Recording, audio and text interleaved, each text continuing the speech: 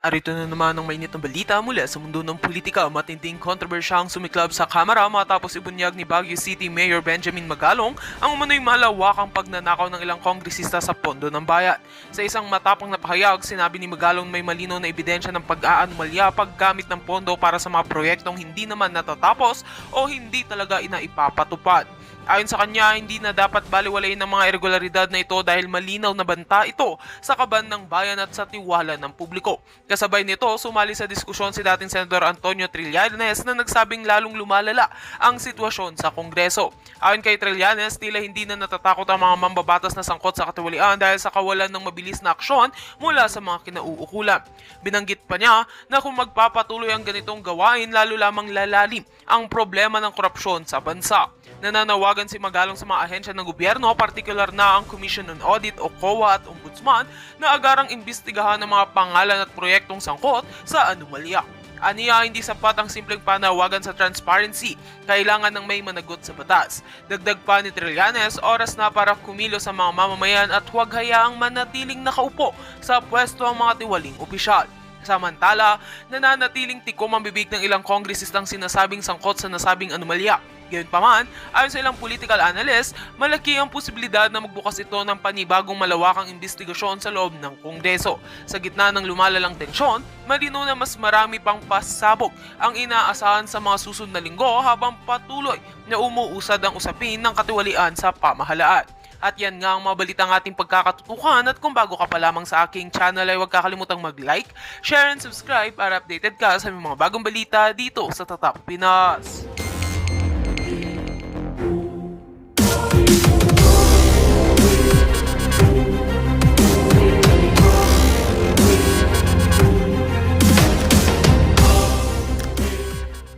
Hindi kayo ibinuto. Tapos nandiyan kayo. Anong ibig sabihin yan? Gumalaw lang yung ika nga kung tawagin power play kaya kayo nandyan. Pero huwag nyo kaming angasan na sabihan na abante, slams, shameful remarks. Ano? Tinawag niyang dambuhalang bonjing yung amo mong sinto-sinto? Anak ng tokwa? Walang mali doon, Brad. Ang mali dito, hindi dapat ikaw ang nakaupo dyan sa House of Representatives. Dapat si Congressman Joey Uy, di ba? Kaso ang nangyari, trinabaho nyo. Magagawa natin. Ganun talaga. Ngayong mga panahon na to, yung mga naghaharing uri, yung mga yung mga nasa House of Representatives at dyan sa Malacanang. Pero nakikita na natin, napupursin na natin, yung nanonostra na natin sa lalong madaling panahon, makikita na ho natin na mapapalitan na yung mga walang kwentang leader sa Pilipinas. Dahil kagaya ho ng mga nangyayari ngayong mga panahon na to, kagaya nitong si Congressman Sintungab, kagaya nitong si Attorney Ferdy Topacio, nandito rin ho itong ating isang abogado, si Attorney Jimmy Bondo, at itong si Baguio City Mayor Benjamin Magalong, nandyan ho sila, nagsasama-sama sila. PDP laban ba yan si Mayor Benjamin Magalong? Hindi. PDP laban ba yan si Congressman Isidro Ungab? Hindi. Hugpong yan eh. Pero bakit nagkakaisa sila dito sa isang hadhikain na malinis sa sambayanan? Kasi napakatalamak na ho ng nakawan ngayon sa ating bansa.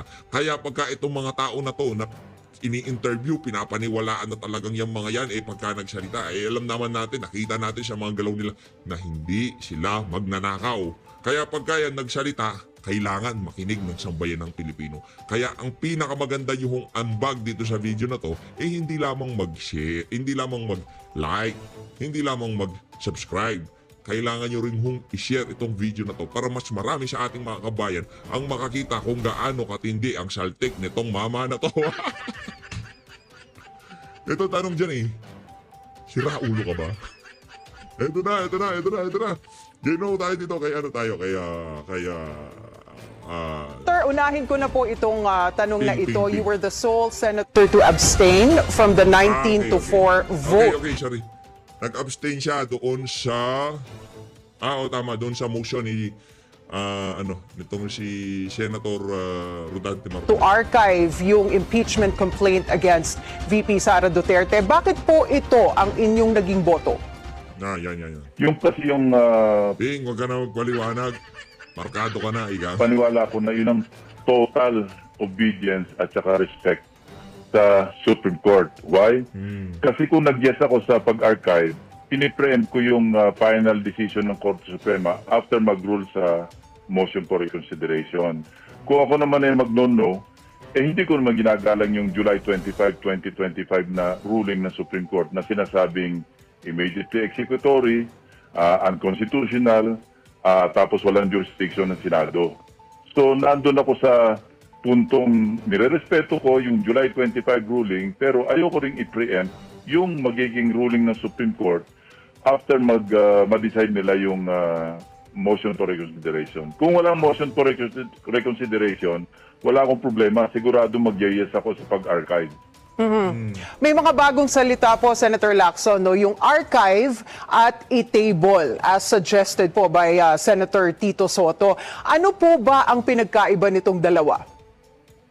Ang table temporary suspension yun. Parang yung motion na nauna, nung una nga motion to dismiss wag mo nang itakel. Sa akin, kaya ako nag-yes doon to table kasi yun ang compliance yun Dahil yun nga, meron pang motion for reconsideration. Wag muna nating talakayin yung motion to dismiss o kung ano man yung motion. Yun, nagko-comply yun sa ruling ng Supreme Court. Kasi ang para sa akin, yung inaction, yun yung compliance. Wala kaming dapat gawin Kasi nga, immediately executory yung ruling. Pero, merong motion for reconsideration, hintayin na lang namin muna yung maging ruling sa yung final decision bago kami umakto kung ano man yung nararapat gawin. Yung archive naman, yun yung sabihin na natin parang dead na, pero pwedeng buhayin, i-revive. Pero kailangan merong motion na naman, at pag may nag-motion at ito'y may nag-object, magdidebate na naman kami at may majority na naman sa amin na masusunod kung ito ba'y mapupull out from the archives para talakayan uli. So what if merong mag-motion na i-revive pero nagbotohan, nanalo ngayon yung wag nang i-revive, wag nang i-pull out from the archives.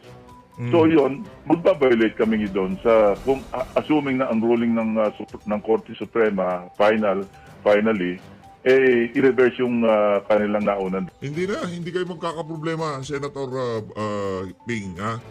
Yung mismong nag-motion na nagsabi na huwag na nating pagbotohan. Ugutin nyo na yan at pag-usapan na natin. Di ba? Okay, kilala. Napanood nyo na ho yung video natin kay Senator Rodante Marcoleta. Maliwanag pa sa sikat ng araw, sabi niya, kung sakaling magkataon na mabago ang desisyon ng Korte Suprema, huwag na tayo magbotohan. Buhayin na yan at magbakbakan na tayo. At sigurado, kung sakaling magbakbakan tayo, pagka pinatay ulit ni Senator Rodante Marcoleta yan, hindi na mabubuhay ulit. Yun. Di na So yun tatay ang ulit gusto yan. ko abangan. Ano yung magiging action ng mga kasamahan namin? Kami ba'y patuloy na magre-respeto sa ruling ng Korte Suprema o hindi?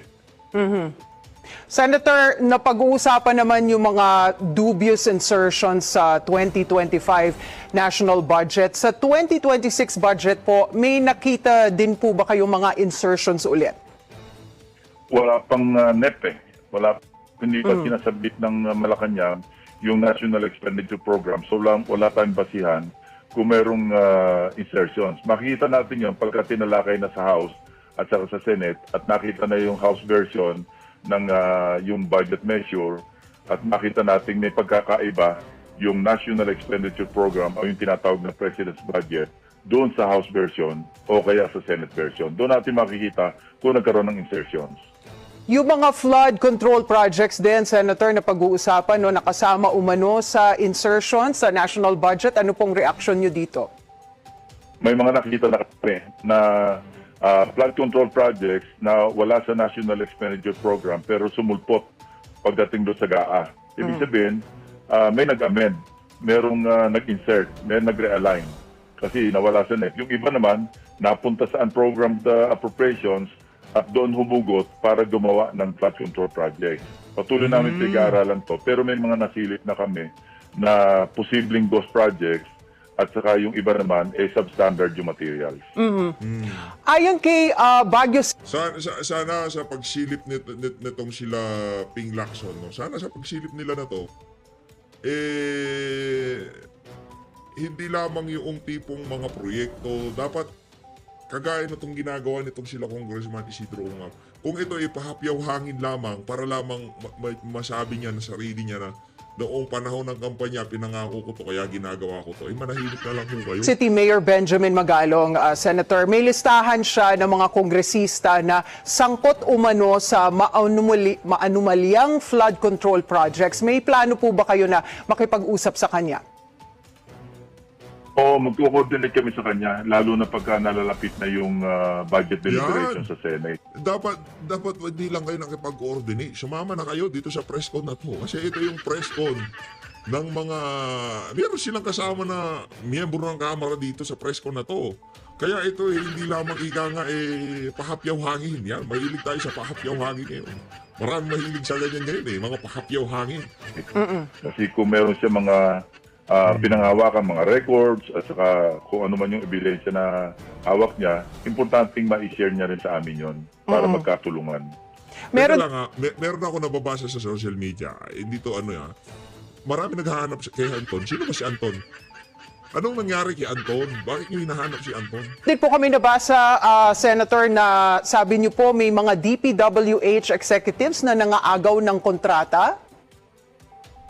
Totoo yun. Pero kaming nakitang findings na, okay, may nanalong sa bidding na contractor. Ang ginawa ng district engineer, inarbor. Siya na nag-implement, pero gamit ang lisensya noong contractor na nalo sa bidding. Ang problema, kasi defective yung proyekto, malaki ang problema ng contractor. Kasi siya ang puputukan noon. Mabuti kung aminin ng district engineer, ano yan, dati nang ginagawa yan, base na rin doon sa aming mga nakausap na taga DPWH. Dati na rin ginagawa na yung district engineer, may sarili na rin construction firm o kaya meron siyang kamag-anak o meron siyang kaibigan na pinapaboran, pero hindi naman sila makapag-participate sa bidding. So, hindi naman inaagbor. Hindi naman makaangal itong kontrakto kasi doon siya nangongontrata sa loob ng district. So, for future projects na gusto niyang lumahok, baka mapag-initan siya, hindi na siya makakuha ng proyekto. Yun ang nagiging isang modus operandi. Pero yan, maliliwanagan yan once na nanlikom namin lahat yung records, yung ebidensya, at saka yung mga testimonials na kasulukuyan, yun ang aming tinatrabaho. Ano pong concrete action na pwede ba natin gawin para maiwasan itong mga issue na ganito? Yung certainty ng punishment. Mabuti nga, nagsalita si Pangulong Marcos at ang narinig namin, nakapagsumiti na nga yung DPWH ng listahan. Sana, nandun din sa listahan yung mga anomalya, yung mga substandard, at saka yung mga ghost projects, lalo na sa flood control. Kasi meron din kami mga nakuha na sa at least mga 4 or 5 areas na may mga ganyang situation. Right. Ang tawag na namin doon, mga case studies na pwede ko itong ilabas sa pamamagitan ng isang privilege speech or dili kaya pagdating na sa budget deliberation. Senator, at a time when public trust in the Senate has declined, partly attributed to mga dubious insertions sa national budget, ano po ba pwedeng gawin ng Senado to ensure that future budgets are free from questionable add-ons and that the public can see how funds are inserted and allocated? Yeah, we should reassess yung mga sarili namin na mag-ingat kami sa pag-realign sa pag-insert. Kasi kung wala namang pinagbabasihan yung insertions, nakakasama ito doon sa direction o sa national program ng ating gobyerno. Why? Kasi kung walang consultation sa implementing agency, paano i-implement yun? Walang program of work. Diba si Presidente na nagsabi, nung nakita niya yung 2025 budget, nagulat siya, at nung tanongin niya yung mga agencies, hindi nila kayang implement dahil walang mga POWs o yung program of work, at saka hindi kasama sa plano nila. So doon, kaya marami tayong naka 4-letter release o yung tawag nila ngayon, yung for issuance of SARO or PISARO. Maraming hindi na-release ngayon ng DBM. Ang lalabas na nun, sayang yung naipasang budget kasi kung hindi magagamit yung pondo, may epekto yun sa ating development. Maiba naman tayo, Senator. PNP Chief Torre is pushing for a formal 3-minute response time ng kapulisan. Ay, kalokohan yan. Dito na ho tayo. Pagka si Torre na usapan, hadis na ho tayo dyan Ano yan Isa rin yan sa mga ika nga naghahatid ng problema sa sambayanan niya, si Tory na yan. Eh, dito tayo. Ito na yung ika nga, ito na yung moment of truth. Nandito na yung totoong mga champion ng good governance. Hindi kagaya ni Lacson. Nako. Itong mga to, kahit wala sa politika to, nagsasalita. Atty. Vic Rodriguez, Atty. Jimmy Bondo, Atty. Ferdy Topacio. Si Lacson kailangan pa maging senador. Bago niya pag-aralan yung mga gaa-gaa. Di ba? Hinabalikan na namin yung 2023 gaa, 2024, 2025. Yung team ko ay pinag-aaralan na. Diba?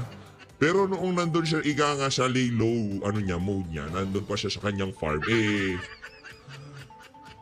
relax. Ganun lang yan si Lacson. Pero ngayon dahil nasa Senado na siya, champion na siya ng good governance. So dito tayo kay Congressman Isidro Ngab. Ito kaya wala tayong respeto kay Lacson kasi mga nagdaang panahon. Sumama pa nga siya sa alyansa ng mga bonjing eh. Ito, dito tayo. Sinabi nyo na yung comment ni Presidente sa SONA, medyo mabigat yun eh.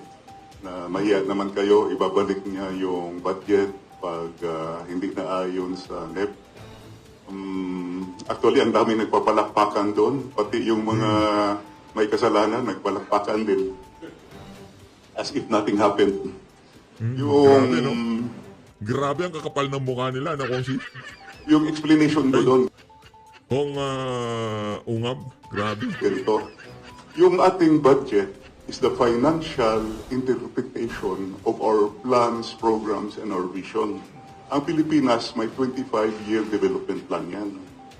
Then aside of 25-year, yun yung long-term plan natin. Meron tayong 5-year development plan. At saka yung 5-year development, meron kang annual investment program. Doon yun nakabase. Pinag-aaralan yan ng NEDA, pinag-aaralan yan ng Regional Development Council, yung mga regional RDC, yun yung kumukuha ng inputs galing sa barangay, galing sa city, municipality, province. Nilalagay yun sa NEDA. Yung NEDA yun nilalagay sa budget. Any deviation or any revision made by Congress will deviate from the original Philippine Development Plan. Kaya, now, ang dami kasing rhetorics eh. Ang daming rhyme and rhythm, words. Hindi mo ma-meet yung first. We may be growing in GDP, but it's below the targets. Very much below the targets. Growing in GDP, we are fast because mababa nga yung ating base. Pangalawa, we are not meeting our poverty reduction goals. Supposedly by 2028, ang ating poverty reduction goal sa ating Philippine Development Plan is supposed to be single digit na. We are not meeting because ang daming tinanggal na budget para sa poverty alleviation program. Alam nyo ba na yung 4Ps program is one of the best programs, yung identification ng beneficiaries, NEDA ang na ito by National Housing Targeting Survey. Tinanggal yon, binawasan ng 50 billion, pinasok yung sinabi ni Atty. Bondo, yung AKAP pa yun, AKAP na ayuda style, na wala yun sa Philippine Development Plan, wala yun sa investment program. Who identifies? Politiko. They are not really the poorest of the poor. They are political supporters. So, any changes deviates from the Philippine Development Plan. Will we meet our target of being medium, middle income economy in several years from now? I don't think so. If we keep allowing a major deviation of our Philippine Development Plan. Gusto ko lang dagdagan yung sinabi ni Sir Magpantay kanina. Let us not blame the DPWH. To a certain degree I agree to that. Because, example yung original budget NEP na pinadala sa Kongreso, 981 billion yung DepEd. Yung pangalawa is DPWH, which was 900 billion. Yung DepEd, binawasan nila ng 20 plus billion. Pero yung DPWH, dinagdagan ng 200 plus billion. Yung dito was only 26 billion ang direct dito. In other words, umabot ng 1.1 billion yung budget ng DPWH. Nalampasan yung education sector. Another factor na unconstitutional na naman yung budget because our constitution says number one priority ang education. So DPWH, kung ikaw ang implementor, malilito ka sa dami ng dinagdag na wala sa plano mo. Question, was it approved by the NEDA Infrastructure Committee? Hindi, because last minute insertion. I can really say this because, whether yabang, humility aside, I'm one of the most experienced yan sa budgeting sa House of Representatives. I was chairman of the Appropriations Committee twice. I was a former vice chairman of Appropriations Committee, and I was already handling the defending the budget of NEDA, DOF and DBM in my second term. So more or less kabisado ko na yung buong libro ng budget. And in my third term, I was already defending the budget of DPWH. So how can you, kung ikaw ang implementor, how can you implement a flood control project that is not in your proposed program? Ang flood control mo, dapat may artery. Kumbaga sa blood vessel, hindi barato. Papunta sa heart. Yung master plan mo or yung projects mo, dapat papunta ka sa dagat or papunta ka sa ilog. Now, kung ipismil mo yan, ay magkabaha ka talaga sigurado. So, kawawa ang DPWH. Sila ang nabubugbog. Excuse me, dito na nga pala si Atty. Bertie. Yes, sir. Attorney Perdian. Tapos singit lang muna natin na kung si Mayor Magalo nasa Zoom.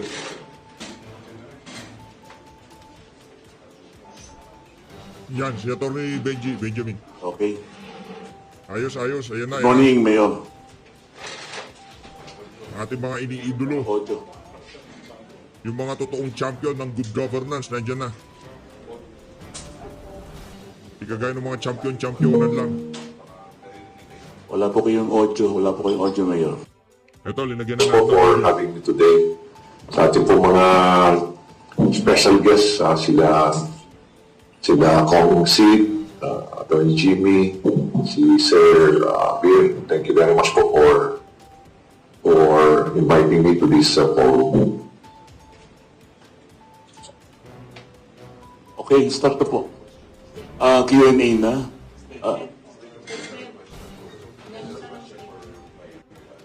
Mayor, ang pinag-usapan po natin dito yung tungkol sa budget, pork barrel, and yung mga flood control projects. Baka mayroon po kayong masasabi. Statement or any statement. Ito nga yung mga paboritong mga project ngayon ng ating mga mababatas, lalo-lalo na sa mga miyembro ng mga House of Representatives. At ako'y nagulat ng itong mga pinadala sa akin ng mga photos at pictures ngayon, ebidensya. Kasi marami nang kumukontak sa akin, pinapakita nga nila itong mga projects na ito yung mga sponsored or initiated by certain congressmen. And lumalabas na yung mga congressmen na rin, sila na rin ang mismong contractor. No? Ang sistema dyan, sasabihin na lang ng congressman na para hindi halata na siya yung contractor, kukuha siya ng isang contractor din, bibigyan na lang niya ng royalty, let us say 3%, at sasabihin niya, huwag ka mag-alala, bibigyan pa kita ng isang project, ikaw na rin ang gagawa ng isang multiple portfolio. Napayag na rin yung contractor. Ang importante sa kanya, meron siyang kahit pa paano may kinikita. Correct. Pero nakakalungkot dyan, Ganyan yan eh. yung gagawin project. Dahil talagang matindi ang pandaraya. Pero nga akong picture dito na ang nakalagay sa program of work is a 12 meter or 9 meter pala naman sheet pile. No? Pero nung nasira na yung embankment, meron lumabas na isang picture na isang sheet pile na ang haba lang is 1 meter. So, tinanong ko doon tinanong ko yung kakilala ko. Sabi ko, posible ba na baka naputol naman? So, imposible po mapuputol yan. Hindi po mapuputol yan. Ibig sabihin, dinaya na kagad nila. Pangalawa, ganun din yung gabyon. Explain nila sa akin lahat. Yung isang araw, in-explain lahat sa akin ng isang engineer, paano nila dinadaya lahat yung gabyon. Ito yung mga one by one na mga wires na talagang nilalagyan ng mga bato. Ganun din pala mga pandarayan nila. For some reason, kasabot na rin nila yung mga taga-DPWs sa pandarayan nila. Kaya meron ng mga project management officer dyan na kumbaga, bakit natotolerate na gano'n? Kaya, ang nangyayari ngayon, pag dumaan ngayon yung malakas na ilog, lakas na kagat, kakainin niya yung ilalim dahil hindi na siya nakagabyon. So, these are the things na mga ginagawa nilang kalokohan dyan. At ang nakakalungkot dito, this is a safety issue. It endangered the lives of many of our constituents dahil marami sa kanila apektado dito. Another is yung pag-mark up sa presyo ng sheet piles. Alam mo, sa merkado, per kilo yan. Ang sabi sa akin ng isang supplier, ang presyo niyan is sa merkado, from the supplier, mga 34 pesos yan pag in-inform namin yan per kilo. Tandaan niyo, yung isang 12-meter na sheet pile, aabot siya ng 556 kilos. So, 34 pesos per kilo. Ang gagawin ng supplier, ibebenta niya yan ng mga 38 o 39 pesos. May kita na siya dyan. Pero tingnan niyo yung mga detailed unit price analysis. Meron dyan, umaabot ka ng mga 72, 78, merong 90. Isipin mo na lang per kilo yan. Ganyan na lang kalaki yung kanilang markup. Ginagawa yan ng mga DPWH.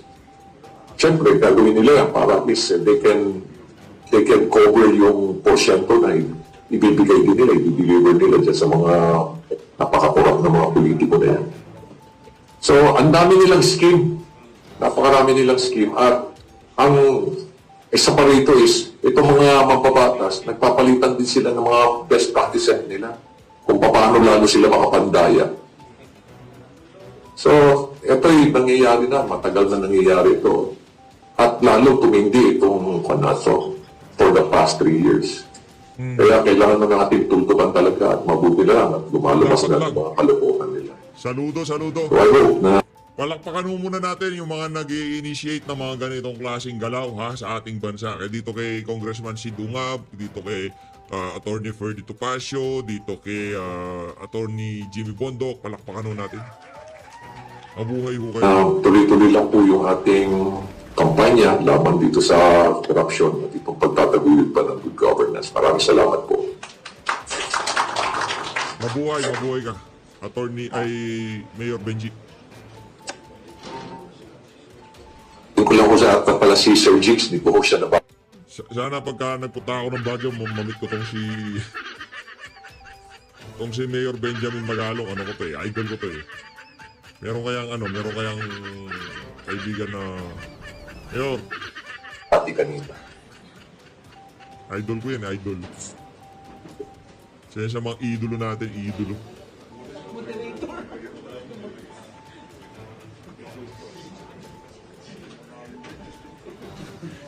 Sensya mo yung sakyan mo. Kaya nga pala, bago tayo mag-umpisa ng Q&A, Ayun mga kaya muna natin. Mega love shoutout sa lahat ng individual na nakikita nyo ngayon sa ating frame. Pero lang dito kay Aso, hindi kasama. 10 statements sa Tony Ferdy Topacio. Tony. Attorney Ferdy.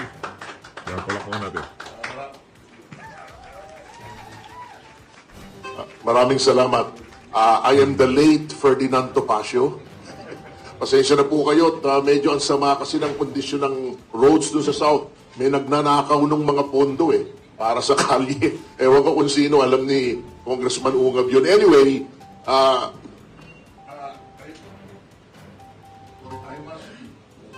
I must admit na hindi po ako competent dito sa pinag-uusapan, but I listened to the privileged speech of Congressman Isidro Ungab twice already.